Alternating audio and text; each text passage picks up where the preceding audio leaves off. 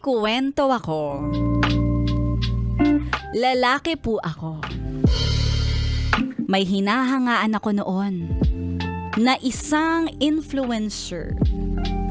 Maganda siya, petite, at talented.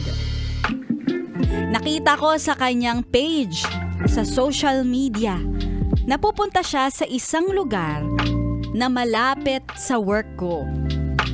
Kaya naman, hindi ko na pinalagpas ang pagkakataon at pinuntahan ko ang idolo ko.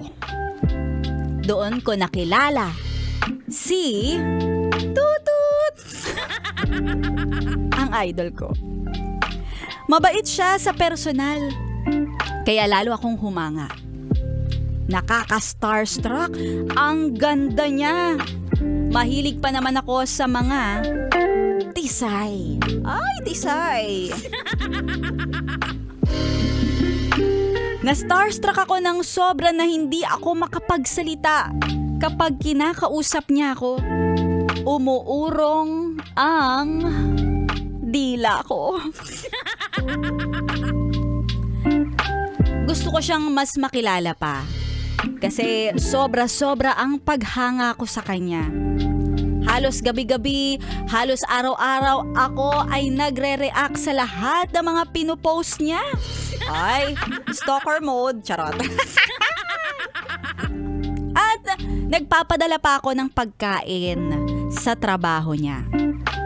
Ayoko kasi nang nalilipasan siya ng gutom. Kaya naman, nung sinabi niya sa akin na magpakita ako doon sa trabaho niya dahil pwede naman daw magpapasok ng mga bisita. Eh di, nagpapogi talaga ako. At talagang pinaghandaan ko ang araw na makikilala niya ang isang fanboy na tulad ko. Fast forward, nagkamabutihan kami. At hindi nagtagal, naging kami. Sana ang sarap ng feeling na yung taong hinahangaan ko, pinapantasya ko. Sa Facebook ko lang lagi tinitingnan. Ngayon, sa pagtulog, lagi ko siyang tinititigan. Parang nagbahay-bahayan kami sa aking kondo. Dalawa lang kami kaya sanay ako na nakahubot-hubot sa loob ng bahay.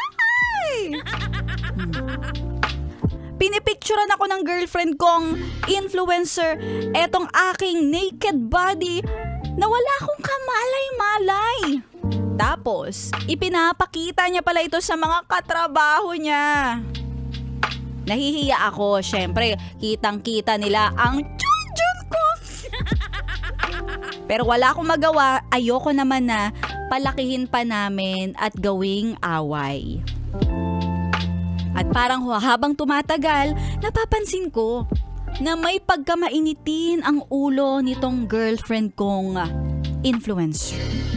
Ako naman, hindi ko gusto talaga na magalit siya. Pero lagi siyang galit. Ay nako, babae, ganun talaga pag babae. Lagi siyang galit sa akin kahit sa konting kibot ko. Ayoko makipag-away dahil mahal ko siya. At parang hindi ko kaya, hindi ko maatim na sigawan siya. Kaya binibigay ko lahat ng gusto niya, pero parang laging kulang. Dumating nga sa panahon na nakipaghiwalay na siya. At iniwan niya ako dahil lang sabi niya, weak. Mahina daw ako.